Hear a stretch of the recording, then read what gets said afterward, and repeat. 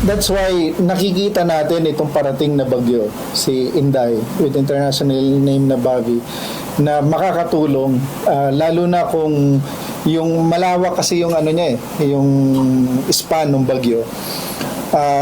Kung babagsak yung ulan doon sa mga watershed areas ng mga major dams natin, Angat, Magat, makakatulong para tumaas yung water level.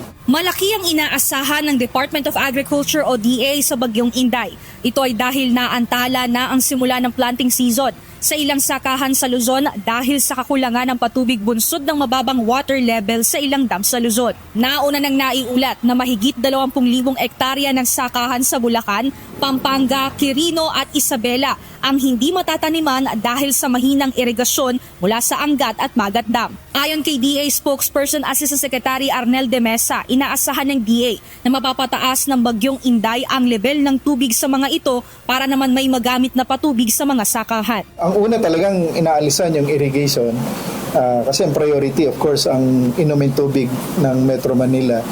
So, importante itong parating na bagyo ay magbuhos ng ulan dito sa mga watershed area. Kung titingnan yung typhoon track, papunta siya ng norte at kung yung labas na band ng bagyo ay magbabagsak na ulan. So, that's beneficial for the agriculture sector. Ayon sa kagawaran, mula pa noong 2024 hanggang ngayong taon ay nasa 2.7 billion pesos ang pondong inilaan para sa proyekto ng solar irrigation. 199 irrigation units ang inaasahang makapagbibigay ng patubig sa mahigit 4,380 ektarya ng sakahan. Sa mga proyektong ito, nasa 165 ang halos tapos na ayon sa DA at kasalukuyang nasa commissioning stage, habang ang natitirang 34 ay nasa procurement process at target ding makumpleto ngayong taon. Ipinaliwanag ni Asik de Mesa na may mga proyekto ng operational ngunit hindi pa maituturing na ganap na tapos dahil may mga proseso pang kailangang daanan gaya ng commissioning at technical testing ng Agricultural Machinery Testing at Evaluation Center o AMTEC bago tuluyang tanggapin ng pamahalaan.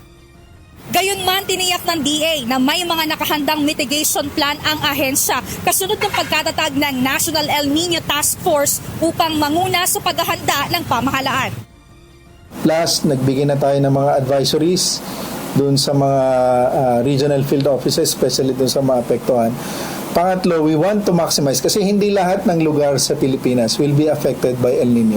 Layunin din ng DA na sulitin ang produksyon sa mga lugar na hindi maaapektuhan ng El Nino habang ipinatutupad ang iba't ibang mitigating measures sa mga lugar na makararanas ng kakulangan sa tubig. El Nino is all about water management.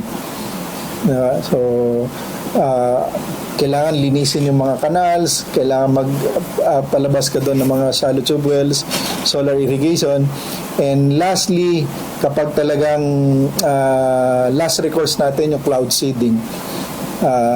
Pag talagang kulang na kulang yung tubig. Kaya nabanggit ko kanina, importante sa atin itong mga bagyo sa ganitong panahon na ma-refill yung ating mga dams. Kasi nga dito sa Luzon, nagkaroon na ng pagbawas doon sa pag-release ng irrigation water sa ating mga large irrigation systems. Nia Alonso, UNTV News and Rescue. Diyos ang aming sandigan, serbisyo publiko ang aming pinahahalagahan.